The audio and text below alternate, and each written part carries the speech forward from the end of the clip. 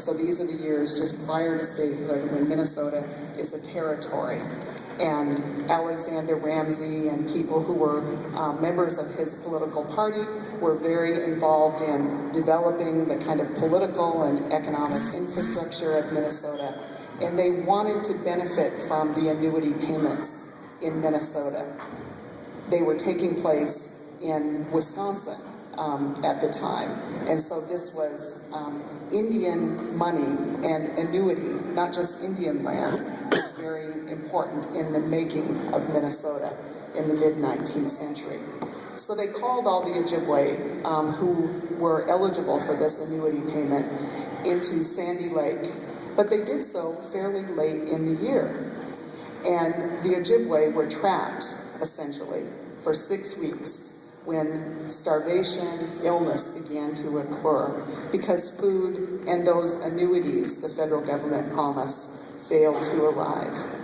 This single event resulted in the death of 12% of the Wisconsin Indian population, 12%. And for people who lived up the Mississippi, there's evidence that bands at Leech Lake, folks in this part of the country were affected by this as well. This was about, it wasn't exactly a war, but it was about neglect. It was about a lack of concern for humanity. And today we might refer to the Sandy Lake tragedy, which is seldom taught in Minnesota history. It's seldom remembered by any people other than Ojibwe people. But today we might call this an episode of ethnic cleansing. Historians who write about early Minnesota always refer to a big event that also took place in 1850, which was the first census. This took place in this region after Minnesota had organized it as a territory, but again, before there was actually a state. That first census, of course, did not count Indians, though Indians at the time made up something like 85% of the population. So think about this demographic shift that's taking place here in Minnesota at mid-century.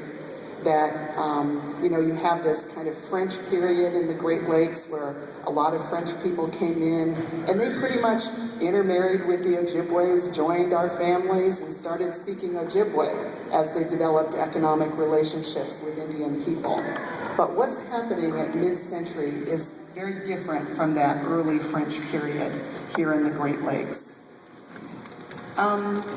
So the territorial period in Minnesota was a time of new migration to the region. And it's sort of interesting to think at mid-century, around the 1860s, this period that we're thinking about today, that Minnesota was the fastest growing region in the United States, right? A lot of people who live on the East Coast or West Coast don't pay very much attention to the history of the Midwest or think about it in terms of great population gains. But for a time, Minnesota was the fastest growing place in the region. And so Indian people here in Minnesota would just in a few short years be outnumbered in their own homelands. And this demographic shift took place over a fairly short period of time. And this begins the treaty years in Minnesota. We cannot underestimate the importance of treaties with Indian nations in the early history of the United States and Minnesota, because of course, before that big demographic shift and the treaties, we had all the land. And regardless of how tribes came to be regarded politically in later years in the United States, and as we came to be greatly outnumbered, in the beginning, Euro-Americans were outnumbered, and that was the case in early Minnesota. But this shift is happening during this era, post-1850 and through the 1860s, when the Old Crossing Treaty is negotiated. And so if we reflect even on this single year, 1863, the year of the Old Crossing Treaty, this was a time of terrible violence in Minnesota, and especially great losses for Dakota people in the southern part of the state. Dakota leaders had already negotiated two major treaties at the time, one at Mendota and one at Traverse des Sioux. Both of these were negotiated in 1851. And with these two treaties, lands were reserved for them along the Minnesota River, right? So Dakota people were supposed to have a homeland as well in the southern part of the state. But when these treaties went to, began to be debated in the United States Senate, the U.S. Senate removed the clause about permanent Dakota reservations in Minnesota, which was incredible, right? To think about negotiating these treaties, surrendering their homeland, and then the debate takes up in Washington, and the Senate says, oh no, you're just living there temporarily. You have no permanent title to your land. So the Dakota were in a very terrible situation as well. And in the summer of 1862, you probably know, especially with all the conversation that has taken place recently about the anniversary of the war, that 600 or so settlers were killed in Minnesota. And in the aftermath of this event, things did not go well for Dakota people. There were unjust trials held in the early fall of that year. So if the war takes place in August, in September, you have military tribunals set up in Minnesota, in a sense, right on the battlefields where a war had recently taken place. And in that context, Dakota men were being found guilty of murder, rape, and other crimes. They were being tried by the military that had just recently fought a war against them. The military tribunals for the Dakota people ignored the fact that the Dakota were at war with the United States, and they sentenced over 300 Dakota men for execution. I think they say that on one single day in September, I think the tribunals went into early November, that 42 men were sentenced to execution on a single day, right? So that makes for probably not 5 minutes of hearing evidence and that sort of thing. So you can imagine how devastating this was. As you probably know as well, President Lincoln intervened and reduced the number to 38, who were subsequently hanged in late December of 1862. So in Minnesota, of course, we also have the largest mass execution in the history of the United States, with the Dakota hanging at Mankato, when these 38, later added to 40 individuals, would be hanged in the aftermath of all of this violence.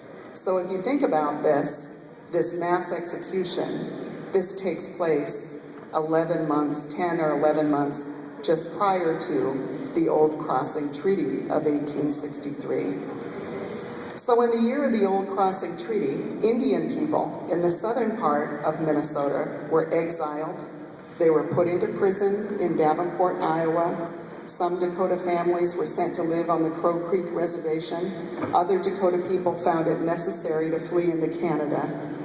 And in the year of the Old Crossing Treaty in Minnesota, there were bounties on Dakota scalps in the state, a practice that was sanctioned by the Minnesota legislature. And so the famous story there is that one of the Dakota leaders, known as Little Crow, Teo Te Duta, was out near Hutchinson, Minnesota, with his son, kind of harvesting berries in the summer, a full year after the Dakota War had ended. But he was shot by a farmer, and the Minnesota legislature, upon learning that it was the scalp of Little Crow, appropriated $500 to Nathan Lamson, this farmer from Hutchinson. But the violence did not end there. And in the aftermath of the Dakota War, we know from our study of Indian history and the history of the West that the violence moved from Minnesota to areas farther west on the northern and southern plains. And so after 1862, warfare between Indian nations and the United States was extending into a very wide region of the northern and southern plains. And so I think about this, and sort of my question as I've been reflecting on talking to you a little bit today about the history of the Old Crossing Treaty, what I've been sort of struck with is what must our ancestors and our leaders have been thinking about in early October of 1863 when they negotiated the Old Crossing Treaty. when they surrendered. It seems like an incredible number to us today.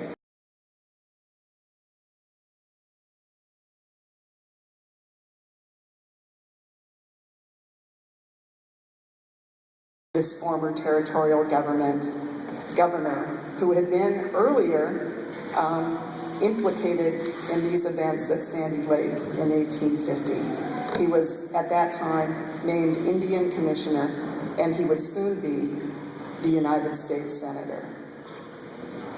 So in a few short years, what's taking place in Minnesota is that you have a balance of power that is shifting. At the beginning of the 19th century, Dakota and Ojibwe people were the powerful influences in the region. Even though you have, the United States and the Constitution and the American Revolution and westward expansion all taking place, at the beginning of the 19th century, up until about 1830 in the Great Lakes, Dakota and Ojibwe people were, as my colleague Michael Wittgen, a Red Cliff Ojibwe scholar who's written this incredible book about colonial history called An Infinity of Nations, says the Dakota and Ojibwe were the two largest social, cultural, and political formations in the Great Lakes. And he's this wonderful scholar who went in and read French archives to look at the history of the Great Lakes. And what he says is that the way the French, when they came into the Great Lakes, described the Anishinaabe peoples they encountered, there were so many of them, and they were so influential in the region that the French referred to them as an infinity of nations. There were so many of these bands and communities of Ojibwe people, of Anishinaabe peoples in the Great Lakes. Yet the power of Dakota and Ojibwe people was compromised with the establishment of the United States, especially beginning in the 1830s, and in Minnesota of the 1860s, this big demographic shift that I've described to you is taking place in the decade of the Old Crossing Treaty, so that Indian people are now being outnumbered in their own homelands. So what were the options for our leaders in 1863? What options did they have in October of that year when the Red Lake and Pembina bands negotiated the Old Crossing Treaty? Some of the land that was ceded in 1863, and Jerry was kind enough to put out these maps, some of the land ceded in 1863 lay within the new state of Minnesota, while another portion was in the territory of Dakota. The payment was a rather small sum to be paid in per capita payments over a 20-year period. Any way you look at it, it was not a good deal for the Ojibwe people. Because I teach American Indian history, I often reflect on the treaty period in the history of our tribal nations in their relationship with the United States. And I use it as an opportunity to educate students at the University of Minnesota about issues of sovereignty. So we talk about the past because I think that's very important to do, but also to reflect on our present day political circumstances and to help students at the university who are going to be lawyers and judges and teachers in our society, out there thinking about making decisions. And so I always take the opportunity whenever I can to educate students at the university about issues of sovereignty and the history of treaties. As Vine Deloria consistently pointed out throughout his remarkable career, American Indians, I tell my students, are different from any other racial or ethnic group in the United States. I tell my students in this course I'm teaching, Natives, Migrants in the Making of Minnesota, that our status is different from the Scandinavians and the other Europeans who came to Minnesota in the United States. Even different from the Latin Americans who came from places close by, such as Mexico, many of whom are also descended from the indigenous peoples of America. So why is it that our status is different. No other racial or ethnic group in the United States negotiated and signed treaties with the federal government of the United States. And because of that fact, American Indians have a unique political status in this country that distinguishes them from other minority groups.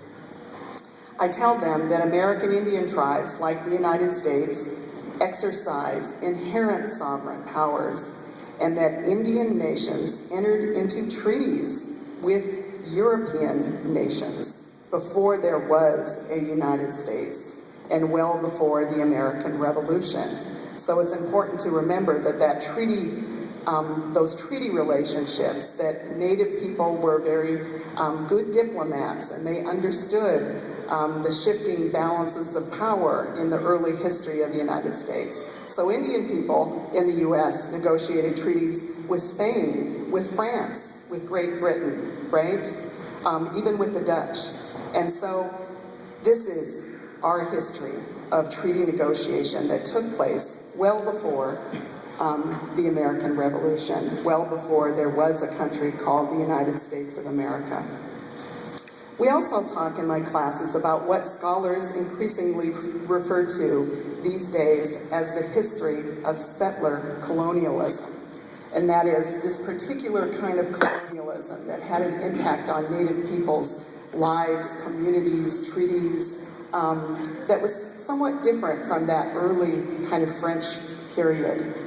And I know that there is a fascinating global history to compare, because we are increasingly aware as Indigenous people that settler colonialism took place in different eras, in different parts of the world, and that we increasingly recognize that we as Indigenous peoples have something in common with the peoples of Latin America, the Indigenous peoples of New Zealand, the Indigenous peoples of Australia.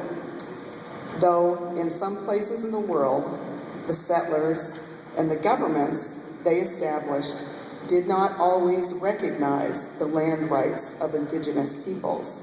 And I was thinking, how this is the case for Indigenous peoples in Australia.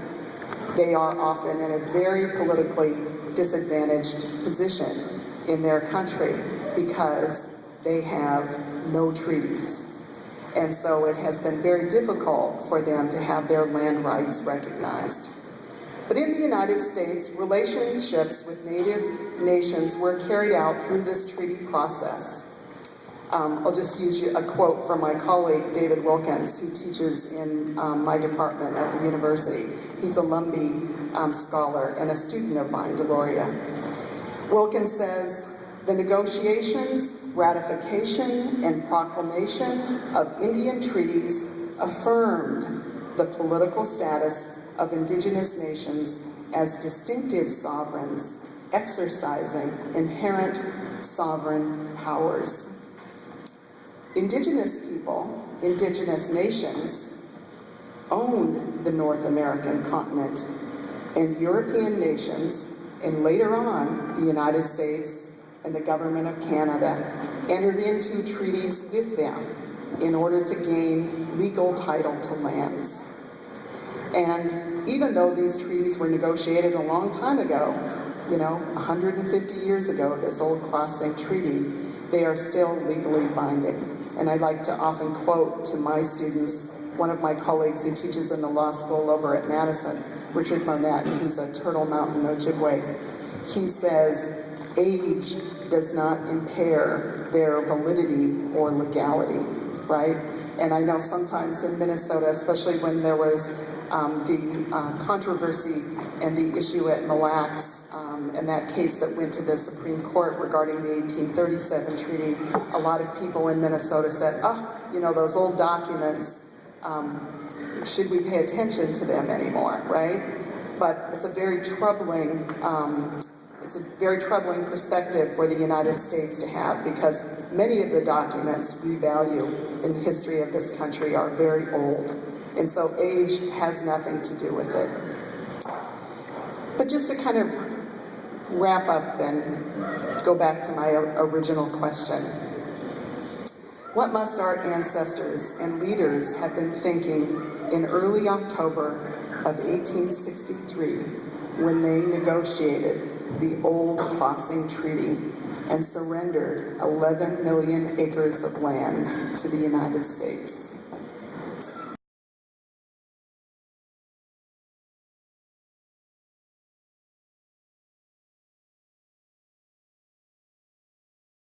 Like paper. And he pointed out that the 11 million acres, as Chairman Jordan mentions, were prime agricultural lands, and it contributed to the public domain, right? Those 11 million acres went into the public domain of the United States. And if you think about it, in today's dollars, Jerry was estimating this might amount to something like $110 billion. So it was a great gift that the Ojibwe people gave to the United States in 1863. It's quite clear to me from other research I've done that the people in Minnesota always thought that it was just a matter of time before the rest of the Red Lake lands would be open to them. I've been doing some work this past year looking at the history of fishing on the reservation, looking at gender issues, but also looking at the history of our fishery. And so I was reading about a year ago in the National Archives a lot of records from Red Lake. And I came across a letter from the Commissioner of Indian Affairs in the late 1920s, who was named Charles Burke. And we usually look at that Burke era as being kind of a bad time in federal policy. It's before the Roosevelt years, before John Collier becomes Commissioner of Indian Affairs, and it's sort of the last gasp of cultural assimilation. But it was clear that Charles Burke was still talking about allotting the Ojibwe at Red Lake in the late 1920s. And so we think about how by the late 20s, the federal government knew what a disaster the allotment policy had been for Indian people, not only in the Great Lakes and Ojibways, but from across the nation. And it was rapidly dispossessing Indian people of their land. But yet, plans were still scheduled to allot the Red Lake Reservation as late as the 1920s. I came across other letters in the National Archives from ordinary citizens in Minnesota, a number of them requesting permission from Minnesota's Department of Conservation to come and fish in our lake.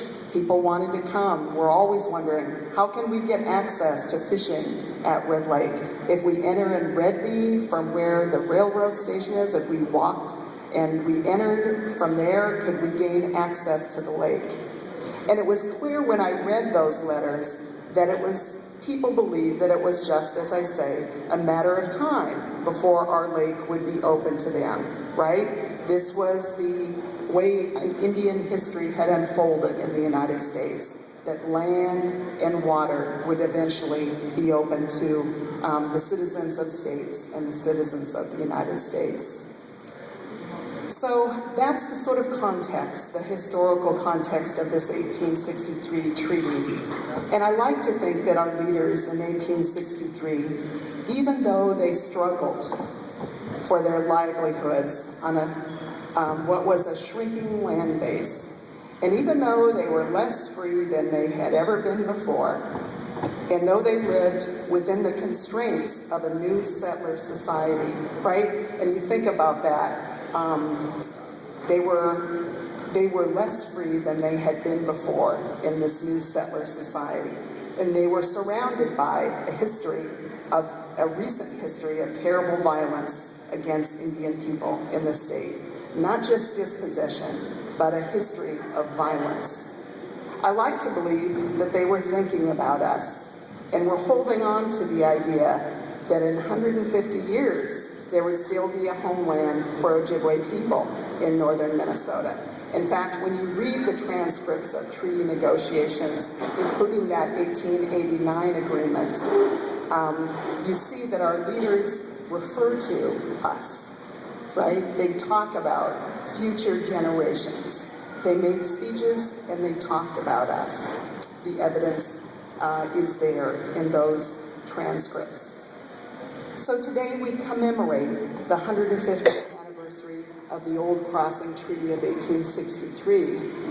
But anniversaries are as much about the present as they are about the past. And like you today, and like our ancestors and leaders in 1863, I'm thinking about our own children and the generations still to come, who I hope are 150 years from today, not just living, but thriving, and possibly even commemorating the 1863 treaty on our Ojibwe homeland.